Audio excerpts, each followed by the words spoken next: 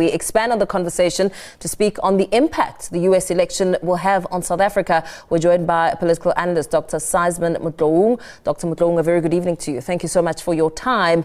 As the clock is ticking, Americans will be taking to the polls tomorrow. It's been described as a neck-and-neck race with no certain outcome, and the world waits to see who will emerge victorious. The stakes are pretty high. What's your analysis? Yeah, definitely. It is a very close competition happening there. And we are looking forward to the kind of a president who will come and how they will relate with global nations. So we see from currently how Kamala Harris is painting Trump as if he's unstable and it is somebody who's undesired to be in office.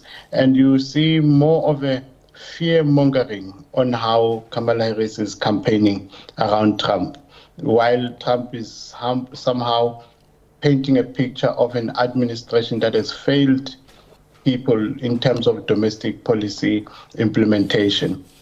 From there on, I think it's mainly your normal business, everyday business.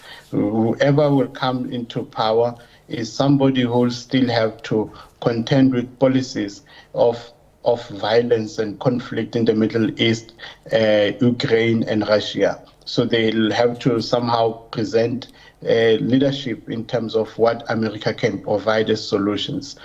Somehow we saw Kamala Harris saying she'll do everything in her power. That is very vague, but Trump says, I was in power before and there was stability. And once I return into office, that you have seen before will be restored. So you can see a little glimpse of what is possible.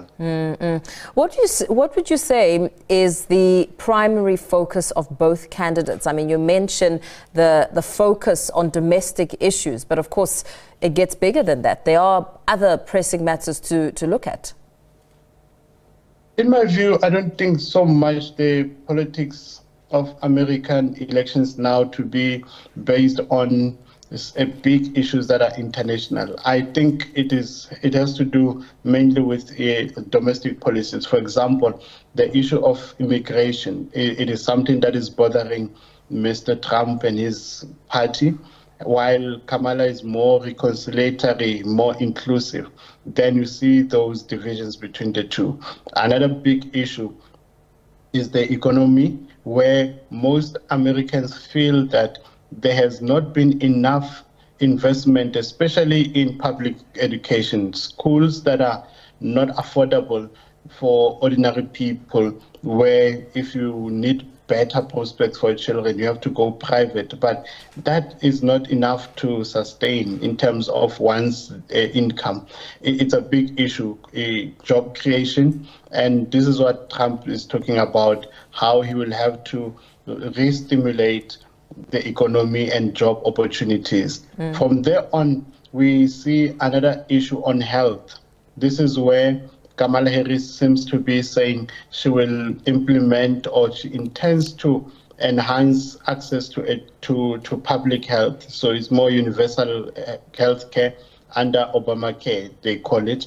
But Trump is the one who's opposite, who seems to be advocating for private sector to play a key role in terms of healthcare. And then there is the issue of abortion. What Kamala thinks is what Trump has messed up in that reproductive health care or reproductive rights. So she wants to restore that. Their party is opposed to that, which is something Trump stands for. Yeah. So those issues are big.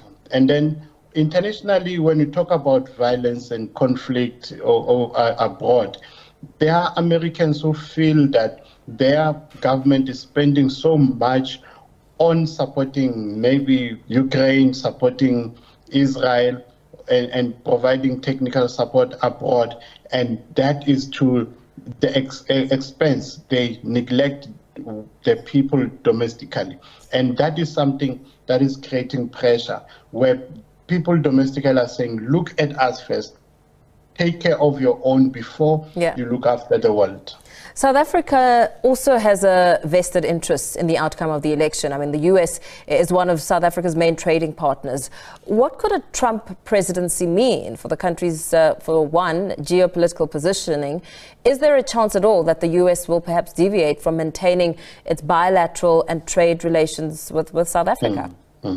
Yeah, that's a concern of many, and I don't understand why people get concerned about it. I think America is not an enemy to South Africa.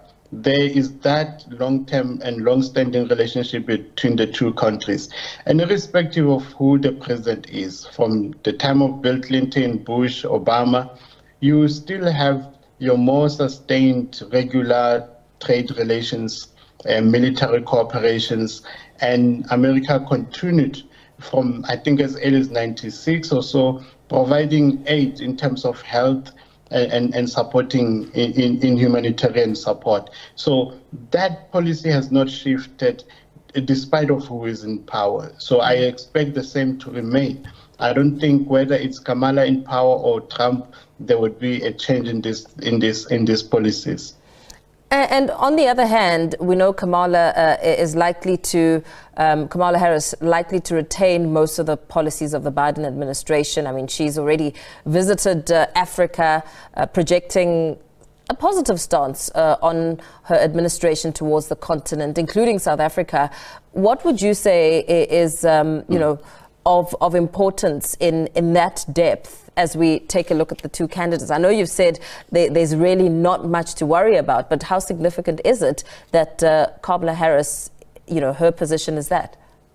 Yeah, I think what she is doing is something that has not been done in a long while. We have seen African presidents going to America than American presidents coming in recent times. So her trying to project that picture of closeness to the continent is also commendable. This is a sign that as much as there is a shift in global geopolitics, America still does not want to isolate herself, because you see the emergence of BRICS and how Russia has been luring other African countries. You do want to see America also asserting herself. I think this is what Kamala will also want to do.